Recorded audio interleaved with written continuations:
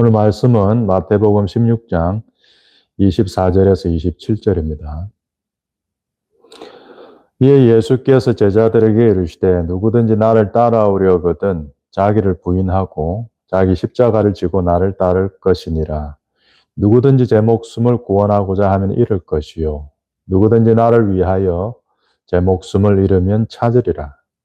사람이 만일 온천을 얻고도 제 목숨을 잃으면 무엇이 유익하리요? 사람이 무엇을 주고 제 목숨과 바꾸겠느냐? 인자가 아버지의 영광으로 그 천사들과 함께 오리니 그때 각 사람이 행한 대로 갚으리라.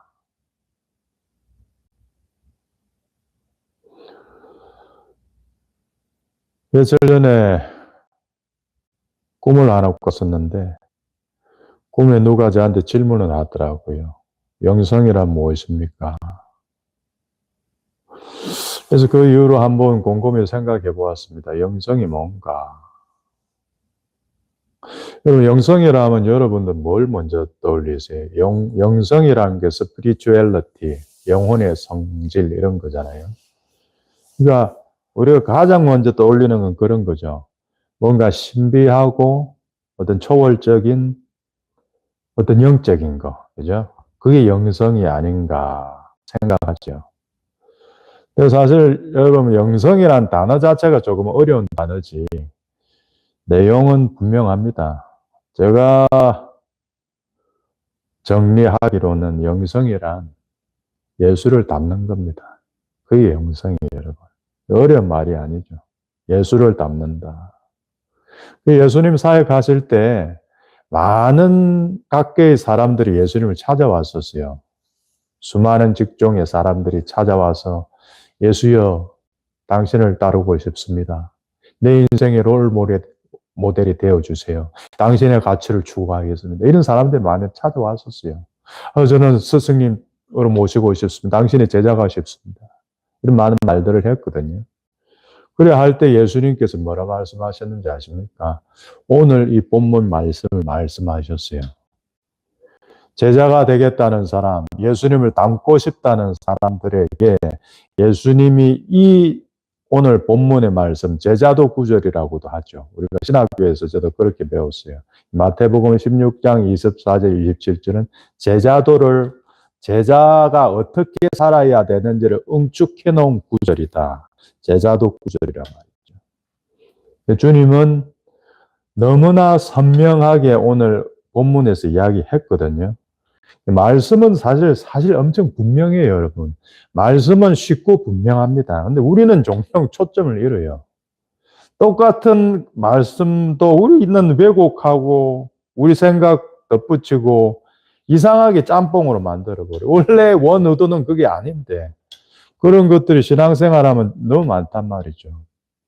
그래서 오늘은 예수님이 오늘 우리에게 주신 이 말씀을 살펴보면서 예수님이 우리 보고 이루러 간 영성의 핵심적인 내용, 그 영성 생활의 태도는 뭔가 조금은 이제 한번 정리를 해보려고 하는 거예요.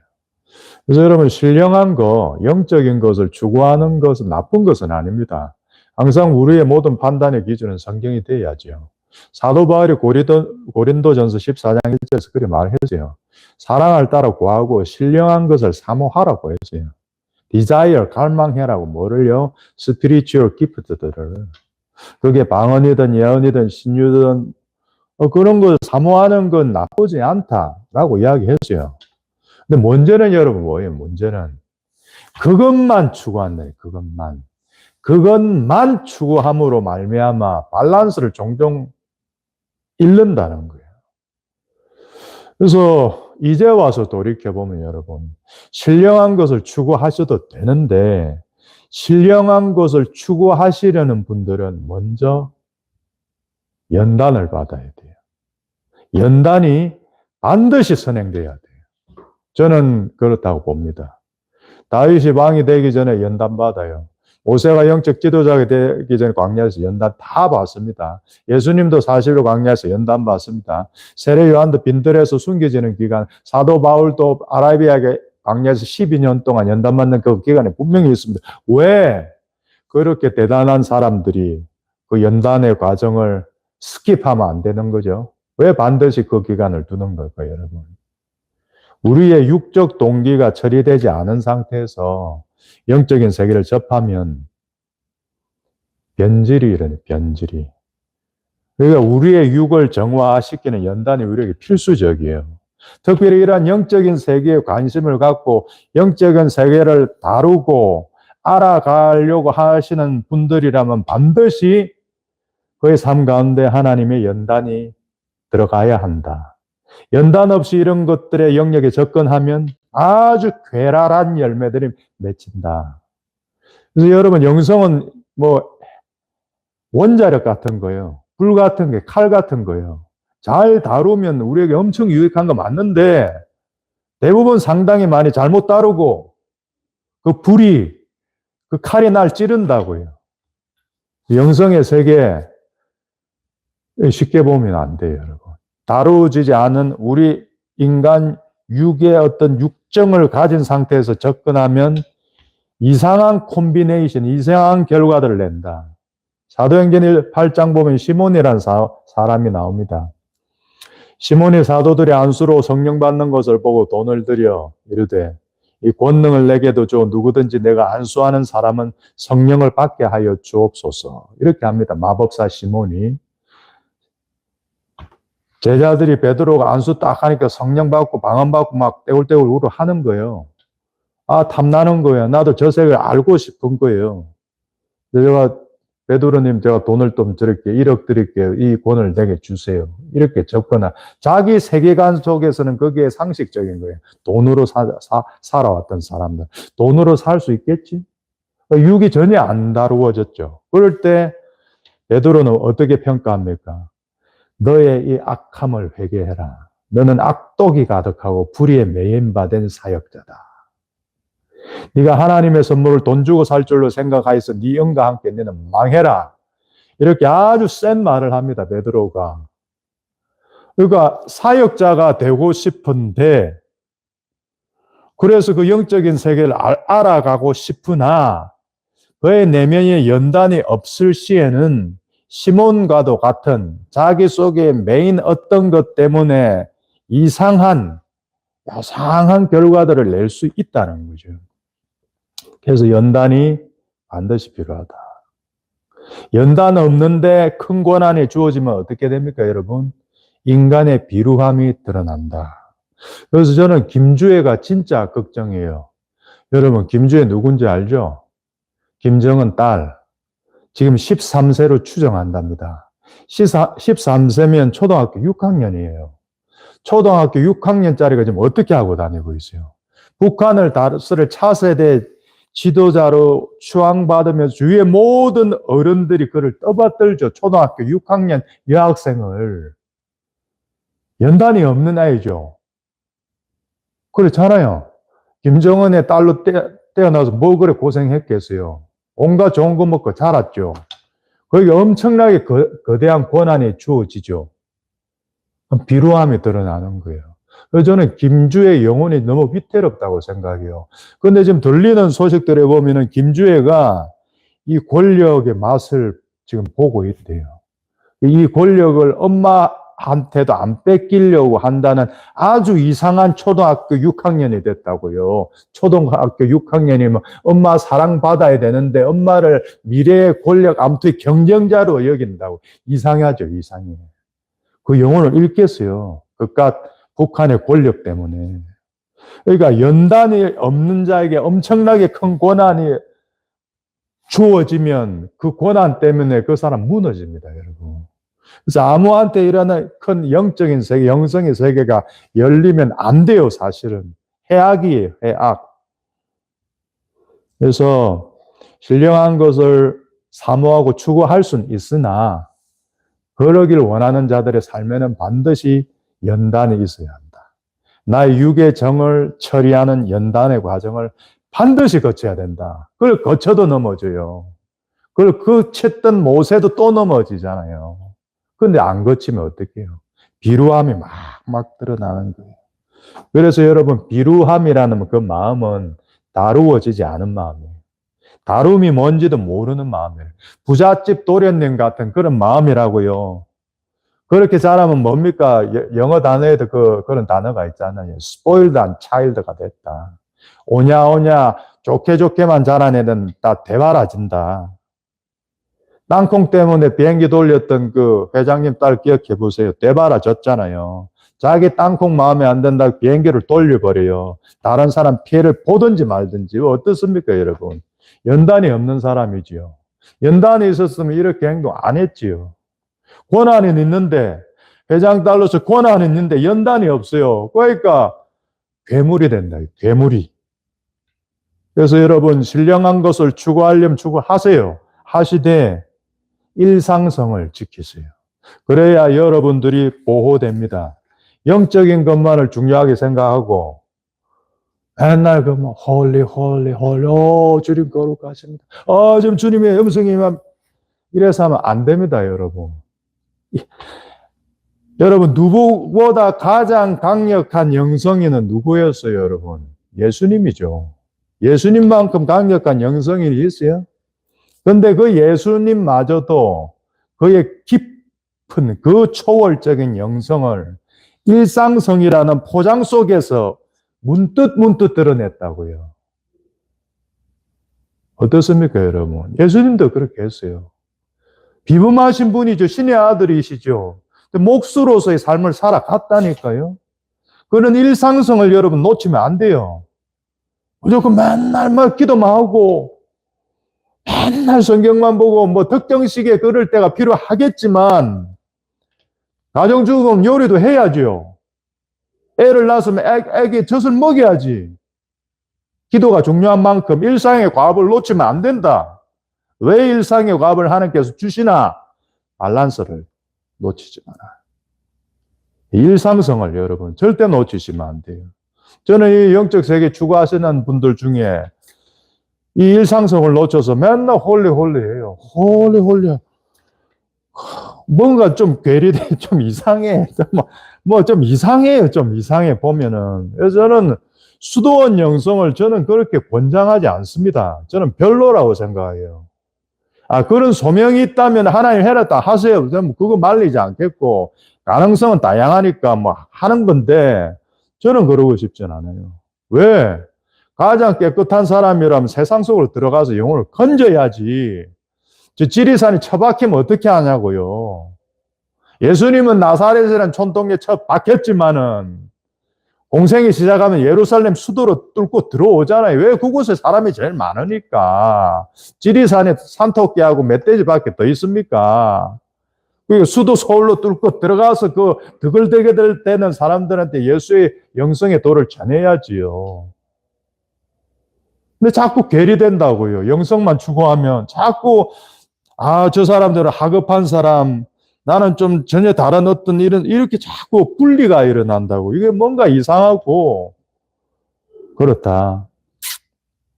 그래서 예수님이 적나라하게 비판했던 그 그룹이 있습니다, 여러분. 그들의 영성을 지적했어요. 누굽니까? 서기관 바리새인들. 그들의 영성에 대해서 주님은 지속적으로 적나라, 너무 심하다 할 정도로 비판해요. 독사의 자식들이라. 독사 새끼야 이렇게 말하잖아요, 예수님이. 그들의 영성의 특징이 뭐였어요, 여러분? 마태복음 23장 27절 28절 보면 화 있을진저 외식하는 서기관들과 바리새인들이여 회칠한 무덤 같으니 겉으로는 아름답게 보이나 그 안에는 죽은 사람의 뼈와 모든 더러운 것이 가득하도다. 이와 같이 너희도 겉으로는 사람에게 옳게 보이되 안으로는 외식과 불법이 가득하도다. 서기관과 바리새인이 보여준 영성은 뭡니까, 여러분? 한마디로 위선이죠. 위선. 회칠한 무덤 안에 썩은 곰팡이 구데기가 드글드글 하는데 겉은 번드르르 하다고요. 말로 온갖 좋은 것은 다 말해요. 온갖 거대 담론들 다 이야기해요. 위대한 말들, 위대한 용어들 있잖아요. 공의를 외칩니다. 정의를 외칩니다. 가난한 자의 편에 서야 됩니다. 재판은 공의롭게 해줘야 합니다. 자유롭게 살아야 온갖 거대 담론을 외쳐요. 그죠? 뒤돌아서서는 온갖 추악한 짓 다 해요. 불륜, 바람 다 한다. 요즘 정치인들 같죠. 서기관과 바리새인들이. 그러니까 그런 영성이었다. 위선의 영성. 요번에 작년 이제 크리스마스 때 신촌에 예수님 카페라는 게 생겼답니다. 그게 뭐냐면 저도 보니까 CCC 출신 간사가 요즘 아이돌 팬덤 문화 굿즈 이런 게 있으니까 예수님도 아이돌이니까 따지고 보면 그렇게 한번 컨셉 잡고 해보자 했는데 그게 잘 돼가지고 뭐 서울도 하고 부산도 하고 막 한다고 그랬더라고요. 그래서 이제 막 거기 온 사람들 막 인터뷰하고 그러는데 뭐 그런 내용을 들었던 것 같아요. 그 한 어떤 MZ 청년인데 교회가 싫은 거지 예수님이 싫은 건 아니잖아요. 막 그러고 갔던 이런 거. 그 교회가 싫다는 거예요. 그 교회를 구성하는 그 인간들이 싫다는 거예요. 그냥 예수님이죠. 왜 예수님은 2000년 전 날 위해서 죽어주신 분인데 그 예수님을 싫어할 사람은 사실 없죠. 예수님은 좋은데 교회가 싫다. 예수님은 좋은데 기독교인들이 싫다. 기독교인은 뭐가 싫은 거예요, 여러분? 이 오늘 서기관과 바리새인이 보여주는 이 종교적 위선성, 그게 싫다. 그게 역겹다는 거예요. 그리고 예수님이 그걸 지적했어요. 실제로 너희는 외식하고 있어 지금. 설교 잘하면서 너는 그 설교도 안 살잖아 너는. 그렇게 이야기하고 있다니까요 지금. 왜 이들은 종교 지도자니까. 이들은 사람들을 이끄는 위치에 있으니까 사람들을 이끄는 위치에 있는 사역자들은 수준이 더 높아야 되잖아요. 그래야 이끌 수 있잖아요. 근데 그 수준이 일반 성도들만큼 못하는 뿐만 아니라 더 못해. 그런데 죄를 하나 더 더해. 위선의 죄까지 더한 거예요. 그래서 주님이 끊임없이 서기관과 바리새인의 그 체제를 공격하는 거예요. 너희들은 잘못하고 있다. 너 잘못하면 쭉 딱 떨어진다. 이렇게 경고하고 비판하고 있는 거예요. 그래서 여러분 열매 맺지 않는데 예배하고 열매 맺지 않는데 찬양하고 기도하는 거. 여러분 그 위선입니다. 위선. 가정한 거예요. 에이 설마요? 아니 맞다니까요. 잠언 28장 9절 보면 사람이 귀를 돌려 율법을 듣지 아니하면 그의 기도도 가정하니라. 누가 그렇게 생각한다고요? 하나님 그렇게 생각한다고요. 네 말씀 안 지켜? 근데 기도 10시간 해? 내 그 기도 안 받아. 네 형제 용서 안 해? 네 돈 훔쳤어? 근데 예배 드려? 나 그 예배 안 받는다. 그게 하나님의 마음. 그러니까 여러분 말씀은 너무나 분명하다니까요. 우리가 자꾸 그거를 이상하게 이상하게 해석한다니까요. 마태복음 5장 보면 이런 말씀이 있습니다. 제단에 예물을 드리다가 형제에게 원망들을 만한 일이 생각나거든 예물을 제단 앞에 두고 먼저 가서 내 형제와 화해하라. 그리고 와서 예물을 드려라. 뭡니까? 예배보다 더 중요한 게 있어요. 말씀 순종이 더 중요해요. 아니, 하루, 1년 50일 매일 주일 예배 개근하면 뭐예요? 말씀을 안 지키는데. 여러분, 소용없다니까요, 여러분. 말씀 안 지키고 예배하면 하나님 그 예배 안 받는다니까요. 그 여러분 지옥으로 떨어진다니까요. 마태복음 16장 27절에 주님 분명히 말씀하셨어요. 인자가 아버지의 영광으로 그 천사들과 함께 오리니 그때 각 사람이 행한 대로 갚으리라. 분명합니다, 여러분. 제가 뭐 덧붙이가 아니에요. 예수님이 직접 말씀하셔서 이거 행한 대로 갚으리라. 어떻습니까, 여러분? 아니 말씀을 안 행해요. 죄를 범해요. 근데 예배는 드려. 아웃이라고요. 아웃, 하나님 나라에서 아웃이라니까, 여러분. 근데 서기관과 바리새인들은 영성은 어떻습니까? 죄를 이기지 못해서 이 사람들은, 그죠? 탐욕과 시기심과 질투와 돈을 좋아하는 마음, 온갖 음행의 마음, 욕구들을 이기지 못했잖아요. 죄를 이기지 못하니까 죄를 다룰 힘이 없고, 자신들조차도 죄를 못 이기는데 누구를 죄에서 끌어주겠어요? 그런 것들이 다 안 되는 거예요, 이제. 불가능하다, 그렇게. 죄를 이기지 못하는 사역자가 사역자 자리에 있을 때 여러분 위험합니다. 역반동이 생겨요, 역반동. 저는 뭐 그런 거 사역하면서 많이 봤어요. 저도 뭐 청년 사역도 하고 고등부 사역도 하고 교고 사역도 해봤지만은 뭐 찬양인도 후에 뭐 성매매 가고 막 그래요. 그럼 그게 뭐예요? 그 앞에 한 찬양 예배를 인도를 하나님 받겠어요, 그거를? 가정한 거지. 차라리 하지 말라니까. 그러면 그 찬양이들 하지 마요. 그러면 죄가 좀 작다니까요. 성매매한 그 죄밖에 안 되는데 찬양인도 하면서 저 사람 대단하네 했는데 돌아서서 성매매하면 어떻게 돼요? 이 사람은 위선죄까지 플러스 알파가 돼갖고 지옥행이라고 이 말입니다. 그래서 다루시마 후에 우리가 서야 되는 거예요. 그래서 여러분 예수님이 이렇게 서기관과 바리새인들을 불편할 정도로 그렇게 비판했는데 사실 그 예수님이 진짜 감사해야 돼요. 왜냐하면은 이게 은혜가 있는 거예요. 이게 내 주위에 내가 듣기 싫은 말을 해주는 사람이 여러분 곁에 있어요. 그럼 여러분에게는 아직 은혜가 있는 거예요. 하나님 은혜가 있다니까요. 그게 당신의 아들이 될 수도 있어요. 당신에게 칼 같은 올바른 말을 하는 게 당신의 동료가 될 수도 있어요. 그 은혜라니까요. 그 사람이 선지자 입이에요. 그 사람 입을 통해서 선포되는 하나님의 말씀 당신은 들어야 돼요. 근데 서기관과 바리새인은 안 듣죠. 그죠? 그냥 자기들을 싫어한다. 아, 이 사람 우리하고 안 맞다. 뭐 이렇게 접근하죠. 아, 결국 이 사람 바른 말을 죽여야 되겠네. 이렇게 생각하죠. 그 말을 듣고 회개하고 돌이켜야 되는데 서기관과 바리새인은 그 기회를 놓치죠. 그래서 이제 서기관과 바리새인들의 또 어떤 영적인 특징이 뭐였느냐 하면은 이 마태복음 15장 14절에 나와 있습니다. 15장 14절 보면은 그냥 두어라. 저희는 소경이 되어 소경을 인도하는 자로다. 만일 소경이 소경을 인도하면 둘이 다 구덩이에 빠지리라. 뭡니까? 소경, 보지 못한다.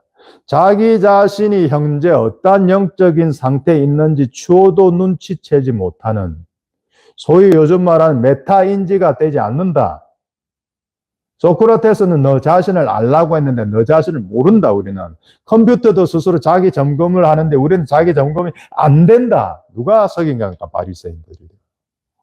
그게 소경이라고 한 거야. 그러니까 자기가 어떠한지의 평가가 하나님이 자신들을 보는 평가하고 틀렸다는 거예요. 자신들은 잘 믿는다고 생각했잖아요. 내가 일일이 한 번씩 금식하고 주일 성수하고 성가대도 하고 왜 완사도 하고 주일 예배 한 번도 안 빠지고 헌금합니다 라고 자기 자신이 나름 좀 한다 이렇게 생각했지만 그렇게 평가해서 자기를 좀 그럴듯하게 봤다는 거잖아요, 이 사람들이. 그런데 예수님은 그들의 실체를 깨뜨려 볼 때 그들의 위선을 보고 너는 네 자신이 위선자이라는 걸 보지도 못하는 소경이야 라고 그렇게 말씀하시잖아요. 그래서 이런 메타인지가 안 되는 사람은 사역자로 쓰면 안 돼요, 여러분. 자기가 누군지도 모르는 사람이 어떻게 남을 그 자신을 깨울 수가 있겠어요. 그래서 야고보서 3장 1절 보면은 내 형제들아 너희는 선생된 우리가 더 큰 심판을 받을 줄 알고 선생이 많이 되지 말라 했어요. 그래서 여러분 사역하려고 정말 애쓰시면 안 돼요, 여러분. 은혜 좀 받았다고 제발 신학교 가지 마세요. 뭐 좀 사업 안 된다고 뭐 세상적으로 그러니까 뭐 자꾸 사역하려고 들어오지 마세요. 순서가 틀렸어요. 예수님이 말씀도 너무나 선명하잖아요. 많이 선생 되지 말아라. 왜 그래? 선생이 요즘 우리로 치면 사역자잖아요. 야, 얘들아, 많이 좀 사역자 되지. 왜 그렇게 사역자 되려고 해? 주님이 말씀하시잖아요, 지금. 왜 사역자 아무나 되는 거 진짜 아니니까. 아무나 사역자 되다가 자기 자신 망치니까. 더 큰 심판 받으니까, 나중에. 더 지옥 밑구덩이에 떨어지니까, 잘못하면. 그러니까 사역을 여러분 먼저 생각하지 마세요. 뭐 사역이니, 부르심이니, 이런 걸 먼저 생각하지 말고, 먼저 순서는 뭐예요, 여러분? 네가 오늘 하루 착하고 의롭게 살아라. 오늘 하루 하나님 말씀을 지키면서 살아라. 그런 의인의 삶을 살아라. 그리하여서 네 삶 가운데 하나님 나라가 임하게 하여라. 하나님 나라는 뭐 홀리홀리 그런 게 아니라고요. 하나님의 나라는 네가 삶 속에서 하나님의 말씀을 지켜내고 죄악을 끊어내고 분투하는 자기 자신을 죽음에 이르기까지 십자가를 지고 뚫고 나아가는 그런 구체적인 땀과 피 흘림 속에서 하나님 나라가 확장되는 것이지 그런 게 하나도 없이 찬양만 하고 기도만 홀리홀리 한다고 원띵 한다고 하나님 나라가 이루어지는 게 아니라고요. 이상한 영 옵니다. 그럼 뭐 아니 돌아서서 온갖 나쁜 짓 하는데 원띵만 해요. 이상한 영 오지 당연히 무당의 영이 오겠지요. 그 영이 하나님의 영인지 어떻게 압니까? 점점 괴리만 되어가지고 아름다움을 괴랄해지지. 그게 하나님의 영이라는 보장이 어디 있어요, 여러분? 그러니까 먼저는 뭐라고요? 오늘 하루 죄짓지 말고 의인의 삶을 삶으로써 내 삶 가운데 하나님의 나라를 드러내요.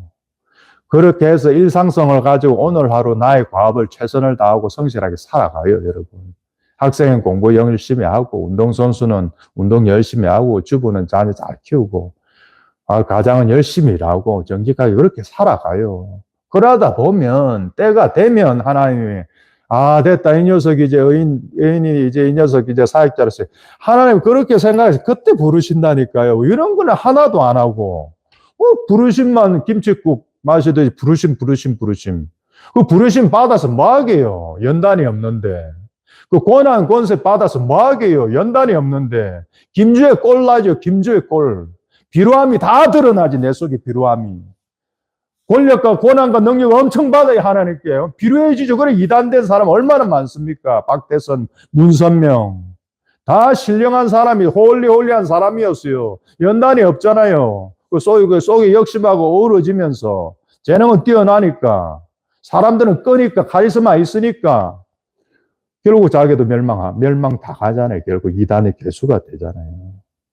먼저 의인으로 살아가세요, 여러분. 제발 사역자 먼저 되려고 하지 말고 그것이 먼저입니다. 그 후에 때가 되면 사역이고 소명이 하나님께서 불러주실 거예요. 안 불러주시면 말고 안 불러주시면 그냥 평생 그래 살다 가면 돼요. 그러면 하나님 앞에 칭찬 받습니다.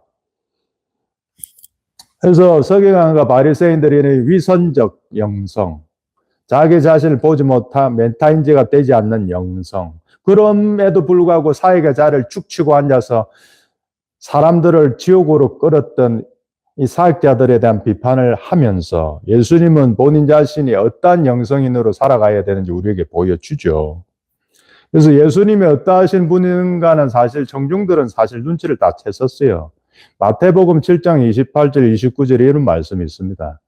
예수께서 이 말씀을 마치심에 무리들이 그의 가르치심에 놀라니 이는 그 가르치시는 것이 권위 있는 자와 같고 그들의 서기관들과 같이 아니함일러라. 청중들은 느낀 거예요. 와, 뭔가 다르다. 예수님의 영성은 우리가 봤던 기존의 서기관과 바리새인들 목사 장로하고 좀 틀리다. 이분 뭔가 틀리다.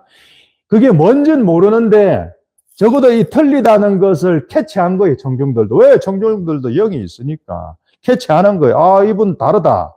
탁 오는 거예요. 뭔가 권위가 더 있다. 이런 걸 느끼는 거예요. 근데 그 예수님의 그 권위가 어디에서 왔냐고요, 여러분. 제가 군인 때 이제 허리 다쳐서 이제 부산병원 후송 가서 이제 부산병원교회에서 이제 환우회장 하면서 뭐 설교도 하면서 막 그랬거든요. 그래서 환우회 회원 중에 이제 엘리트가 한 명 있었어요. 성대 법대 나온 친구였는데, 그 성대 법대 나온 친구가 신학생인 저를 볼 때 좀 우스웠던 것 같아요. 우리는 왜냐면 신학교 저희는 그때 후기대였거든요. 전기대 다 떨어지면 가는 후기대, 신학대.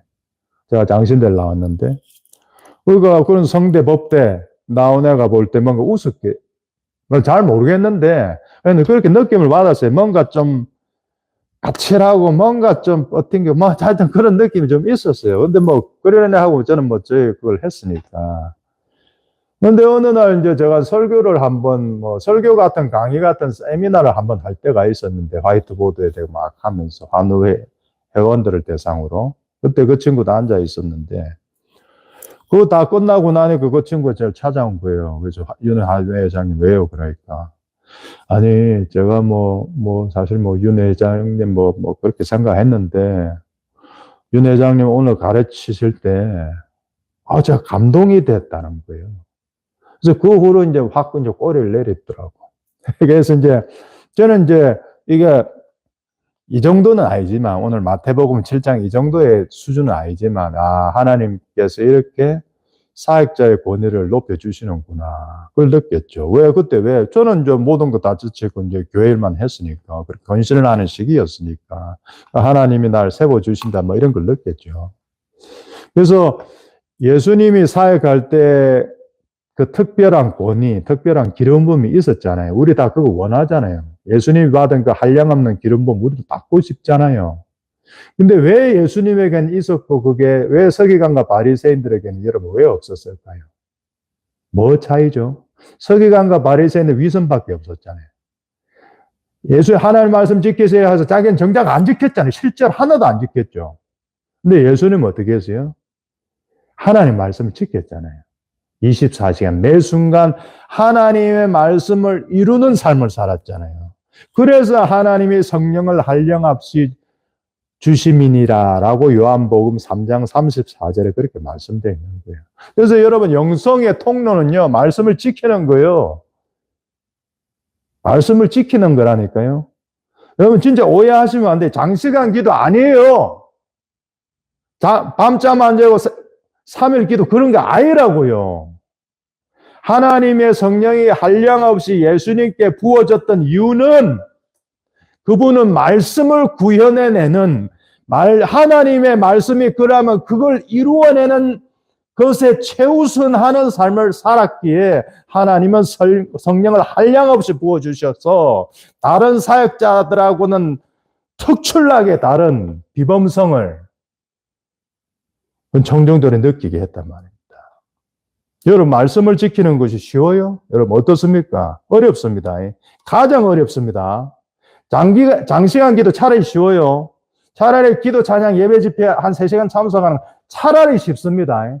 차라리 한 끼 금식하고 헌금 좀 하는 차라리 쉬워요. 말씀 지키는 거 제일 어려워요. 이게 제일 안 된다. 이게 제일 안 되면 우리도 뭐다? 니도 똑같은 서기관과 바리새인이다. 니도 위선자다. 그래 주님 우리에게 말씀하신다고요. 자 그럼 여러분 보세요. 말씀 중에 뭐가 제일 지키기 어려워요 여러분? 어떤 계명이 제일 지키기 어려워요?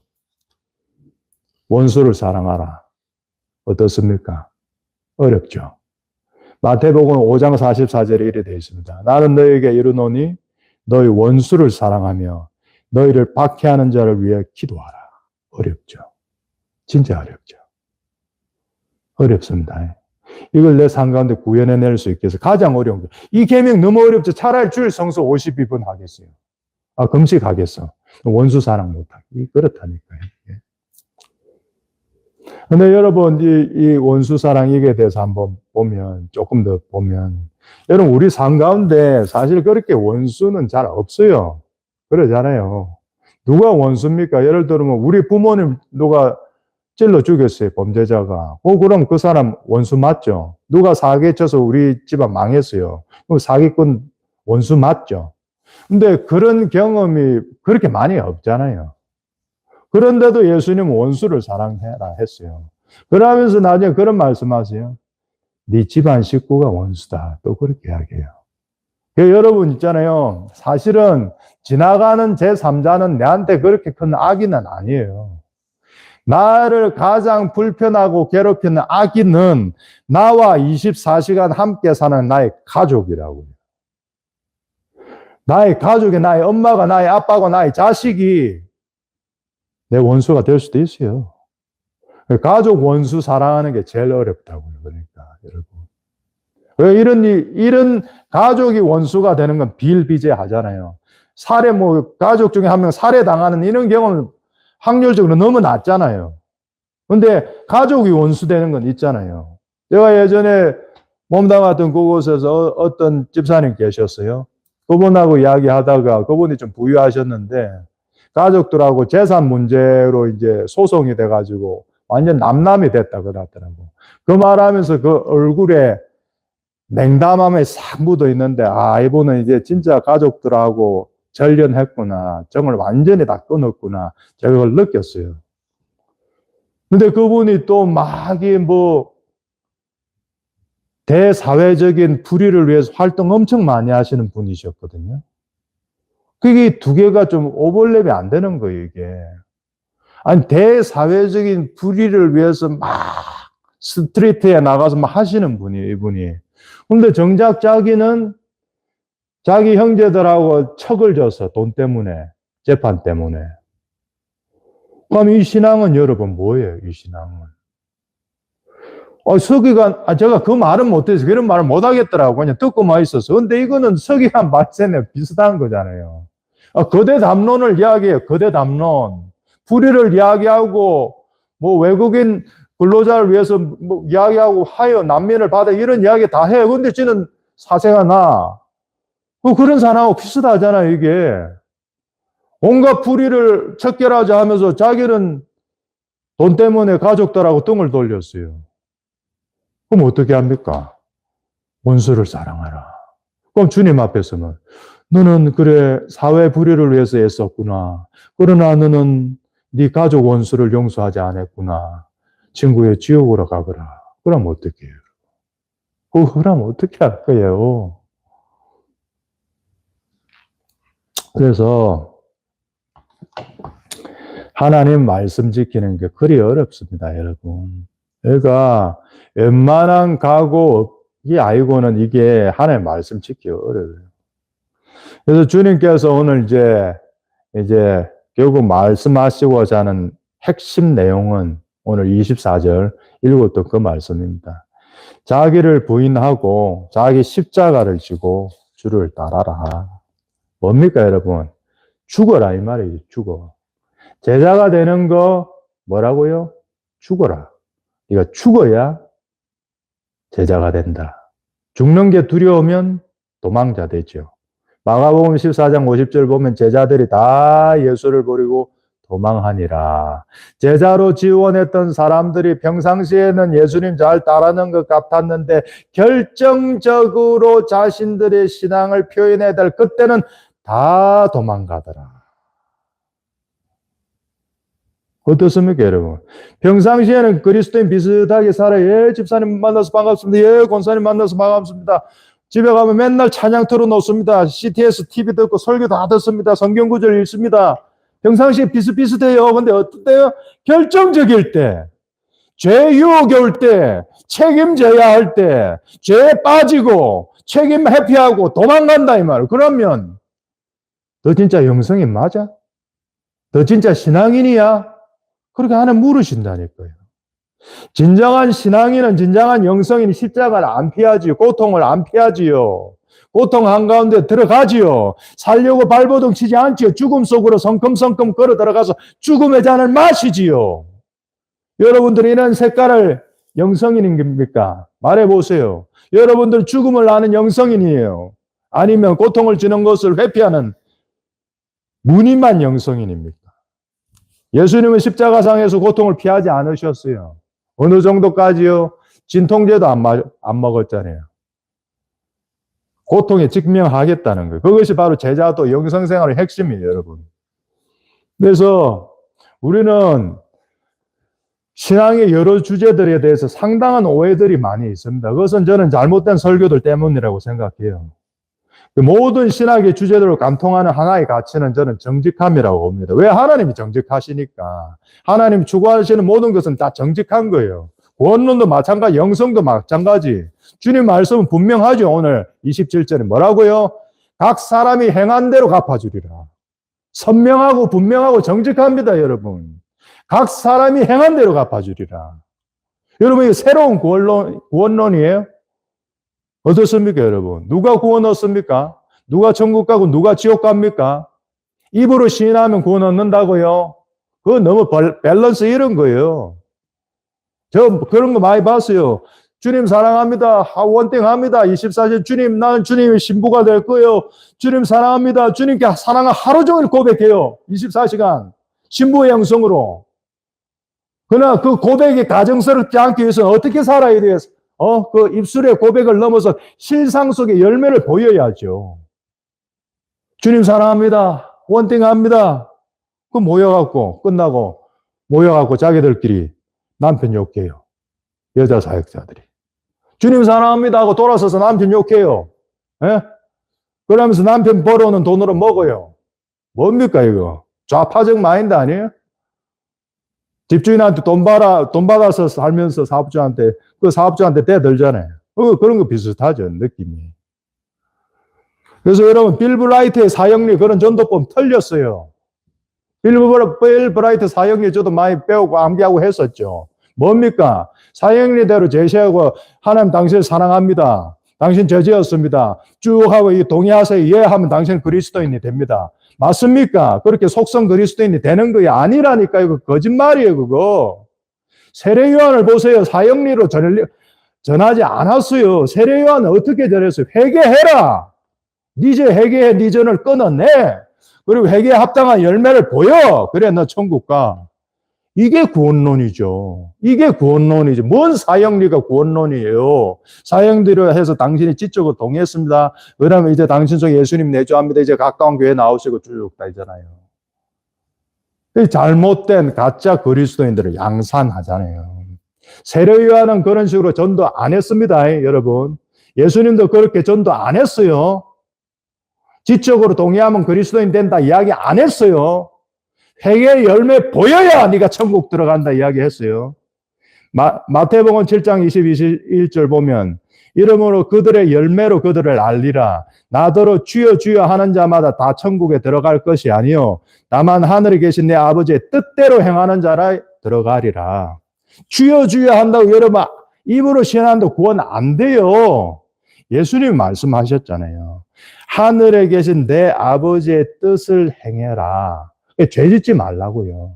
죄 짓지 말고 하나님이 하라는 걸 하라고요. 그러면 천국에 들어간단다. 입으로 주여 주여 한다고 천국, 그래, 네 입만 천국 들어가게 들어가. 내 입으로는 하나님 말씀 다 지켰네. 그래, 네 입술은 지켰네. 그러나 네 몸뚱아리는 안 지켰네. 네 몸뚱아리는 지옥으로 떨어지라. 여러분, 그래서 죄를 버리셔야 돼요. 진정한 회개가 있어야 돼요. 그럼 여러분, 진정한 회개가 뭐예요? 진정의 회개가 아닌 건 또 뭐예요? 분명한 정립이 필요하다고요, 여러분. 회개의 열매를 보이는 게 진짜 회개라고요. 자, 여러분 한번 생각해 보세요. 살인자가 있어요. 사람을 죽였어요. 큰 죄 어겼죠. 십계명 살인하지 말라 그랬잖아요. 사람을 죽였어요, 이 사람이. 그래서 이 사람이 사람을 죽인 게 너무 후회가 되는 거예요. 그래서 작은 그 밑에 죄들을 다 지키기 시작해요. 주위 사람들에게 친절을 베풀고 가난한 사람 먹이고 입히고 해요. 그런데 여러분 큰 죄 어겼는데 작은 죄는 다 지키면 여러분 이 사람은 어떻게 천국 가는 거예요? 어떻습니까? 제가 그 고등학교 때 영웅본색이 있었어요. 주인발 나오는 영웅본색. 영웅본색 3편이었던 거 제가 기억하는데 그 스토리 보면 젊은 날의 갱이었어요. 사람들 엄청 죽인 중국 갱인데 이분이 이제 회심한 그 영화상에서 뭐 회심했다고 하면서 신부가 돼서 이제 가난한 사람들에게 먹을 것을 나중에 구제 사업을 해요. 중년에. 그럼 여러분, 이게 회개의 열매인가요? 내가 젊은 날에 사람을 수십 명 쏴 죽여서 총으로. 그래서 그게 너무 회개스럽고 마음이 자책이 돼서 내가 남은 인생의 모든 것을 이제 구제에 바쳐. 여러분, 이게 회개의 열매입니까? 이거 회개의 열매 아닙니다. 그 영화상에는 결국 어떻게 되느냐 하면 이 사람이 다시 총을 잡습니다. 다시 총을 잡아갖고 갱들 수십 명 또 죽이거든요. 영화는 영화니까 그렇다 치고. 여러분 생각해 보세요. 내가 큰 죄 지었어요. 그래서 작은 죄 지키면 큰 죄가 어떻게 탕감돼요? 내가 큰 죄 지었는데, 살인죄에 사람 죽였는데, 이웃에게 친절 베풀면 그게 회개의 열매냐고요. 아니라니까요, 여러분. 아니라니까요. 그럼 뭐가 회개의 열매냐 하면 네가 살인죄를 저질렀어. 근데 네 입으로 회개한다고 해? 그래, 그럼 한번 어디 보자. 또다시 네가 살인할 수 있는 시츄에이션은 내가 너 한번 몰아볼게. 그때 네가 살인 안 하면 오케이, 넌 회개의 열매 보인 거야. 그게 하나님의 관점이라니까요. 그게 하나님의 관점이라니까요. 살인죄를 했다면 살인죄를 앞으로 안 하는 게 회개의 열매지 다른 그보다 작은 죄 지키는 게 회개의 열매가 아니라고요. 내가 젊은 날에 낙태를 했어요, 여자분이. 그 낙태 살인죄네, 낙태하면 지옥 가겠네, 살인죄 보면서 회개해야지, 회개했어요. 근데 자기 친척 중에 가난한데 애가 태어난다고 해요. 그래서 이렇게 이야기해요. 애 지워. 여러분 그거 회개한 거예요? 회개한 거 아니죠. 왜 애를 지워요? 가난하니까 애 지워야 돼요. 회개했다며 자기가 낙태죄. 자기가 낙태죄 회개했으면 다른 사람들이 낙태죄를 범하려고 할 때 그걸 막을 때에 회개의 열매가 확인되는 거죠. 하나님 그렇게 우리를 달아보신다고 여러분. 여러분들 어떤 죄를 저질렀는지 잘 모르겠어요. 그 죄에 대한 열매를 보이셔야 돼요. 엄난해요? 그럼 또다시 여러분 엄난한 상황에 떨어질 거예요. 그때 안 해야 돼요. 그러면 여러분 열매를 보이시는 거예요. 도둑질 많이 했어요? 또 한 번 도둑질할 적절한 세팅이 올 거예요. 그때 도둑질 안 하면 그게 회개의 열매예요. 그게 회개의 열매라고요. 그런 회개의 열매를 안 보이면 어떻게든 지옥에 떨어진다고요, 여러분. 우리가. 그래서 여러분 계명은 안 지키고 영성만 추구하면 마법사 시몬처럼 발람처럼 어떻게 무당의 영이 오는 거예요. 그걸로 밥벌이하고 살게 되는 거예요. 결국에 지옥으로 떨어지는 거예요. 여러분 정직함이 우리의 신앙의 모든 주제를 관통합니다. 각 사람이 행한 대로 갚아주리라. 다른 말로 뭐라고요? 뿌린 대로 받는다. 우리 자신을 속이지 말자 제발. 메타인지를 좀 유지하자. 선지자를 청종하자. 장신 자녀들의 입이 선지자 입일 수도 있으니까 말입니다. 갈라디아서 6장 7절 8절에 스스로 속이지 말라. 하나님은 업신여김을 받지 아니하시나니 사람이 무엇으로 심든지 그대로 거두리라. 오늘 당신이 먹는 그거요. 당신이 과거에 뿌린 그거예요. 그럼 회개에 합당한 열매는 뭐예요? 뿌린 그걸 감사하게 먹는 거예요. 그거 뿌린 거 열매 먹으면 죽을 것 같아요. 죽어요, 그러면. 그게 회개의 열매라고요. 그러면 하나님 보신다고. 하나님 보시고, 저놈 이제 그릇됐네. 이제 회개의 열매 보이네. 그 다음 단계로 넘어가는 거예요. 내가 우리 자식 때리고 박해했어요. 그래서 우리 자식이 이제 힘이 세지니까 이제 역으로 날 박해요. 그럼 다 당해야 돼요, 여러분들은. 뿌렸잖아요, 여러분들. 수십 년 동안 자녀 박해했잖아. 그럼 자녀가 이제 힘이 생겨서 여러분 박해하면 여러분 그거 감사하게 당해야 돼요. 그래 회개의 열매예요, 그게. 나는 자식한테 함부로 해놓고 한번 이제 자식이 내한테 함부로 하면 뭐 하지 말아요. 그럼 당신은 회개의 열매 없어요, 하늘에서 볼 때는. 당신이 회개한 거 아니야, 당신은. 그래 나온단 말입니다. 뿌린 대로 거둔다. 네가 무엇을 심었던 너의 인생에서 그것을 거두게 될 때 그것을 두 마디 하지 말고 먹어라. 그게 회개의 열매다. 네가 다른 사람 때렸냐? 너도 때림 받아라. 그게 회개의 열매다. 여러분 사도 바울 봐보세요. 사도 바울이 스데반 쳐 죽였죠, 돌로. 그러니까 사도 바울의 일생이 어떻습니까? 돌로 쳐맞죠, 사도 바울. 돌로 쳐맞잖아요. 자기가 고백하잖아요. 서시서 내가 돌에 몇 번 쳐맞고 뭐 굶고 줄줄이 나오잖아요. 아무나 돌 쳐 안 맞아요. 본인도 돌 던져서 사람 쳐 죽였잖아. 그래서 하나님 보신다고요. 야, 이 사도 바울 보겠어. 네 회개의 열매 맺었어? 오케이, 한번 보자. 네가 사도 바울, 네가 스데반 돌로 쳐 죽였지. 좋아, 내가 사람 이제 붙일 거야.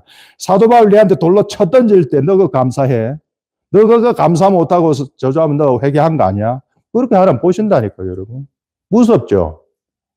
왜, 여러분, 이거 뭐, 피해 못 가요, 여러분. 은혜에 대한 잘못된 오해를 가지시면 안 돼. 이런 거 감당해야 돼요, 여러분, 우리가. 여러분, 과거에 죄 지으셨으면 죄의 결과 다 먹어야 돼요, 여러분. 죄 자체는 회개해 주실 줄 몰라도 죄의 열매는 여러분 다 먹는다고요. 다윗도 먹었잖아요, 죄의 열매를. 자기 자식 죽는 거로. 그게 온 우주의 원리야. 뿌린 대로 거두리라. 행한 대로 갚아주리라. 이것이 구원론이에요, 여러분. 이것이 구원론. 어디 이상한 거 이보리 신의 구원을 말도 안 되는 이단 사설 퍼뜨리고 있어. 누가 그런 말 했어요? 예수님이 언제 그런 말 했어요? 이보리 신화에서 구원은 그런 게 어디 있어요? 말도 안 되는 값을 안 치르고 어떻게 구원을 얻어요? 고통을 통과 안 하고 어떻게 구원을 얻어요? 십자가를 안 지고 어떻게 구원을 얻어요? 말도 안 되는 소리를 하고 있어.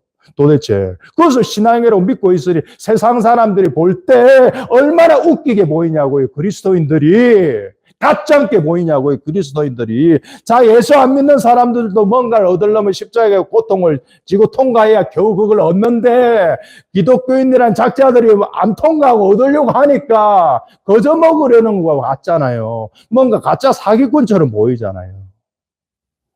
여러분, 영성은 쌓아가는 거예요. 하루아침에 이룰 수 없어요. 허세는 통하지 않는 세계라고요. 정직한 세계, 직면한 만큼 되는 성숙하는 세계, 죽은 만큼 성장하는 세계입니다. 그 세계를 아는 진짜가 되자 영적 사기꾼이 득실득실되는 이때에 진짜가 되자 영적인 거장들이 되자